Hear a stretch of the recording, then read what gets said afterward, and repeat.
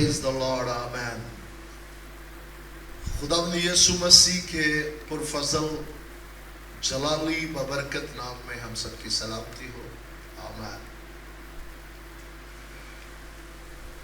हम शाद हैं अपने खुदावंद में, क्योंकि वो हर रोज अपने नाम की खातिर हमें सदाकत की राहों पर ले चलता है। हम शुक्रगुजारी करते हैं उसके जिंदा मोतबर कलाम के लिए, और मुबारक है आप जो हर रोज उसका कलाम सुनते और उस पर अमल करते हैं। मुबारक है हम, और याद रखिए जहां ये लिखा है कि नबूवत की इस किताब को सुनने वाला हमेशा याद रखना है कि वो मसीह का मुकाशफा है और वो उसकी दूसरी आमद है। मुबारक है वो जो उसकी आमद के मुंतज़िर है और वह हर रोज अपनी तैयारी में अपने आप को उसमें तैयार पाते हैं।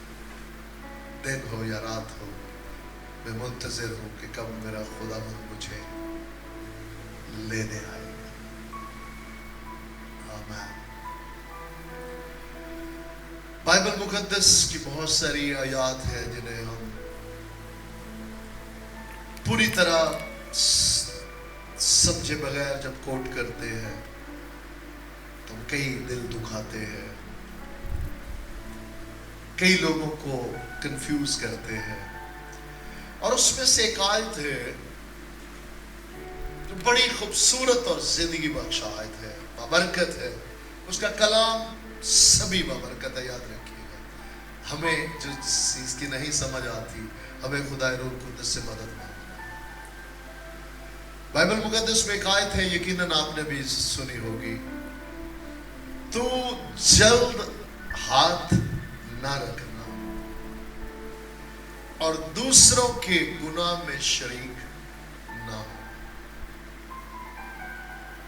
तो जल्द किसी पर हाथ ना रखना और दूसरों के गुनाहों में शरीक ना होना।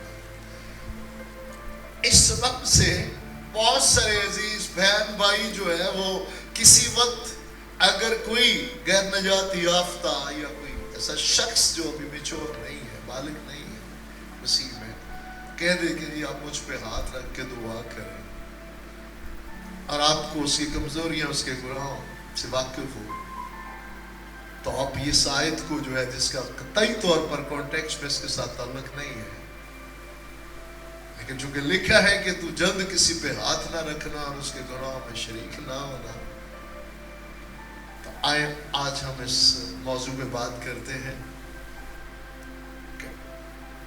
दर हकीकत ये कहां, कब और किन कॉन्टेक्स्ट में ये बात की गई। सो हम कलाम मुकद्दस की तरफ बढ़ते हैं। मुकद्दस तीमुथियुस के नाम मुकद्दस पौलुस रसूल का खत, पहला खत और उसका 5वां बाब,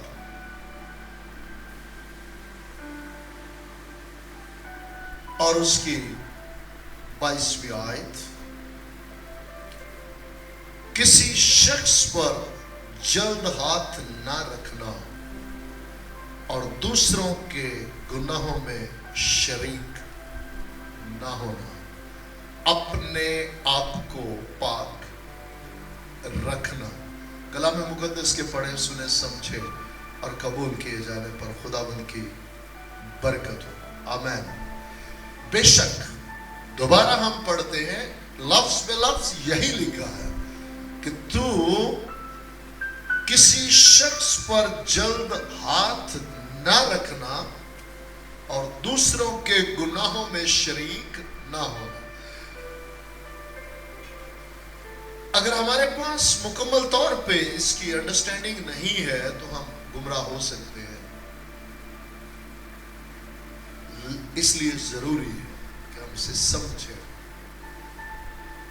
कि क्या कहना चाह रहे हैं खुदा का कलाम, खुदा का रूह क्या बात करना चाह रहे हैं। मुश्किल नहीं है, कुछ ऐसा नहीं है जो इसे समझने के लिए हमें मुश्किल हो।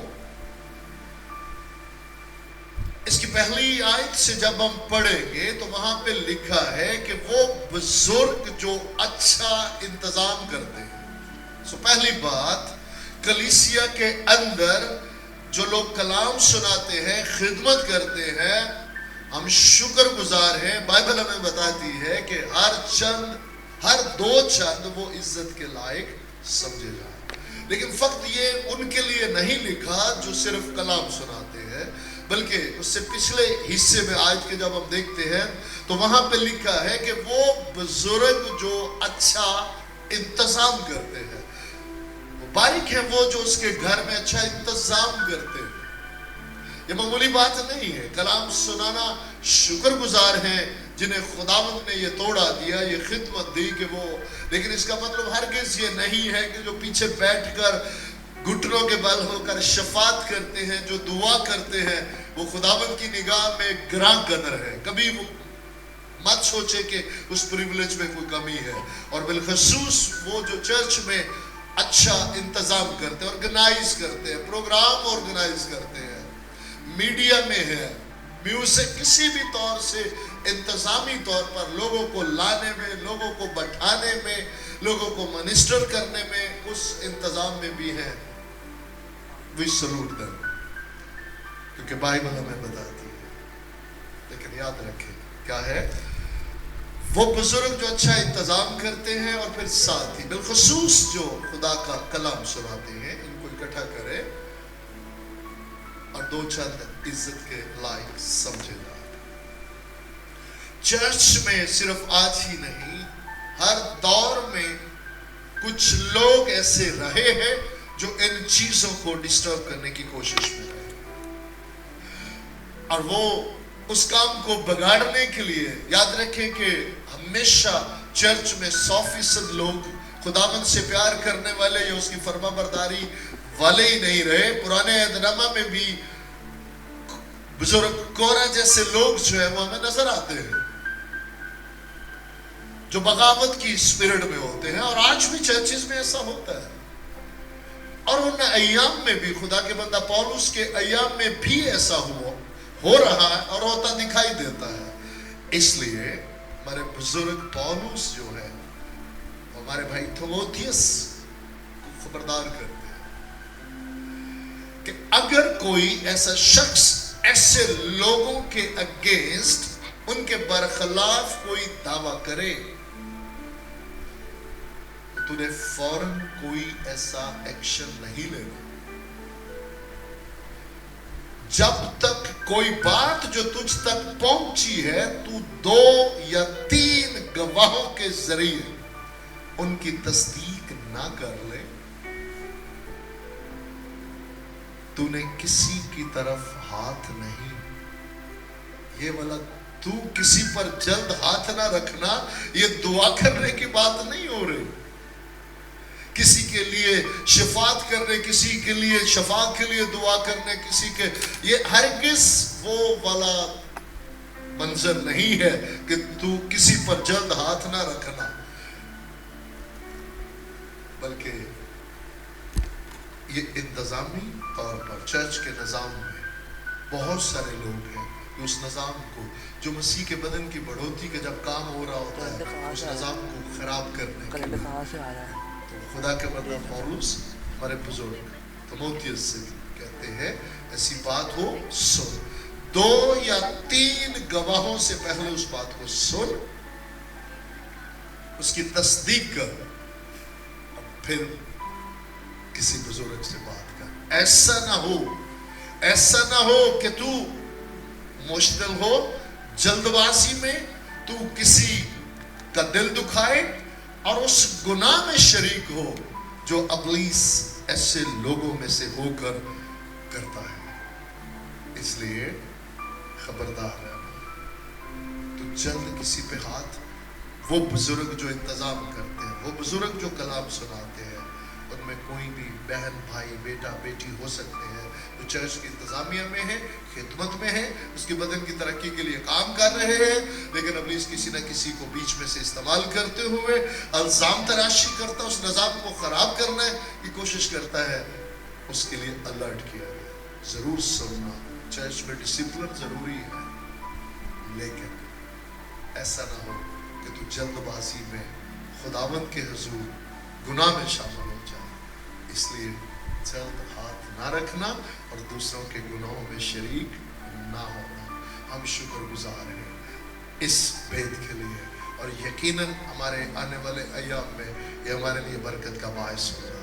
जहां तक बात गुनाहों में शरीक होने की या वो है, हम यहाँ पर आपको बताते चले। याद रखिएगा, पुराने अहदनामा में जब इंसान के अमाल की रास्तबाजी के अय्याम गुजर रहे, तो उन अय्याम में अगरचे खुदावंद ही ने कोहे सीना पर से एक शरीयत दी और एक पाक होने का निजाम दिया गया, जो तहारत का निजाम, जिससे बैरूनी पाकीज़गी नसीब होती, लेकिन तो भी वो पाकीज़गी है जिसका निजाम खुदावंद ने दिया। लेकिन उसकी पाकीज़गी का ये लेवल था कि कोई जो पाक है वो किसी नापाक को ना छुए। अगर वो छुएगा तो जो पाक है वो नापाक ठहरेगा। लेकिन शुक्रगुजार है, ज़मानों के आखिर में जब बेटे को भेजा, तो बेटे के वसीला से खुदा बाप मुनसिफ खुदा ने अपनी रास्तबाजी और अपनी पाकीज़गी ईमान लाने वालों को बख्शी, और उसमें मसीह यस्सु आज हमारी रास्तबाजी है। किसी इंसान की नहीं, खुद खुदा का बेटा मेरी और आपकी हर ईमान लाने वाले की हिकमत भी है, रास्तबाजी भी है, पाकीज़गी भी है, मखलसी भी है। हम शुक्रगुजार हैं। आज अगर आप नए सिरे से पैदा हुए हैं, बिल्कुल घबराने परेशान होने की जरूरत नहीं है। इस बात का यकीन रखें कि आपने उसकी पाकीज़गी को रसीव किया है, उसकी रास्तबाजी को रसीव किया है। उसे अपनी जिंदगी में, अपनी सोचों में, ख्यालों में, रगों में, नसों में उस खून की पाकीज़गी को, रास्तबाजी को बहने दे। और याद रखें, कभी परेशान ना हो। आज उसकी पाकीज़गी को आप कैरी कर रहे हैं, और आज जब आप जाकर किसी नापाक के ऊपर हाथ रखेंगे तो आप नापाक नहीं होंगे, बल्कि उसकी पाकीज़गी जो मेरे और आपके अंदर आज शरायत करती है, नापाक पाक हो जाएगा। आमीन। इसलिए इन दोनों वाक़यात को बखूबी, इन चीज़ों को समझना हमारे लिए बहुत ज़रूरी है। यकीनन खुदावंद अपने कलाम को नाज़र फरमाते हैं हमारी बरकत के लिए, और चाहते हैं खुदावंद कि हम उसकी पाकीज़गी, उसकी रास्तबाजी और उसकी हिकमत और उसकी मखलसी को रसीव करें। और याद रखिएगा, जब यहाँ पे ये चार हम बातें कर रहे हैं, तो इसमें मखलसी वो मखलसी नहीं जो गुनाहों की माफ़ी है, क्योंकि ये उससे पहले हो चुकी। तभी वो मसीह यस्सु उसी की हिकमत बनता है, उसी की पाकीज़गी बनता है, उसी की रास्तबाजी बनता है, जो उस पर, उसके कफारे पर, दफन होने पर और जी उठने पर ईमान लाता है। तो उसमें पहली चीज़ जो मिलती है वो क्या मिलती है? गुनाहों से मखलसी। और गुनाहों से मखलसी मिलती है, खुदा रूह कुद्दस बख्शिश में हम पाते हैं, नई पैदाइश पाते हैं। तभी वो मेरे और आपकी हिकमत, पाकीज़गी और रास्तबाजी ठहरता है। तो फिर आप सवाल कर सकते हैं, तो भाई ये फिर कौन सी मखलसी है? आमीन। खूबसूरत सवाल है। आज जिसकी मसीह यस्सु रास्तबाजी है, पाकीज़गी है, हिकमत है, उसकी एक मखलसी बाकी है, और वो मखलसी गुनाहों की मखलसी नहीं, इस फानी बदन से मखलसी है। आमीन। अब हमारी मखलसी अगर बाकी है तो फक्त एक ही मखलसी बाकी है, और वो मखलसी है इस फानी बदन से हम मखलसी पाएंगे, और उस जलाली बदन में उसके साथ उठाए जाएंगे।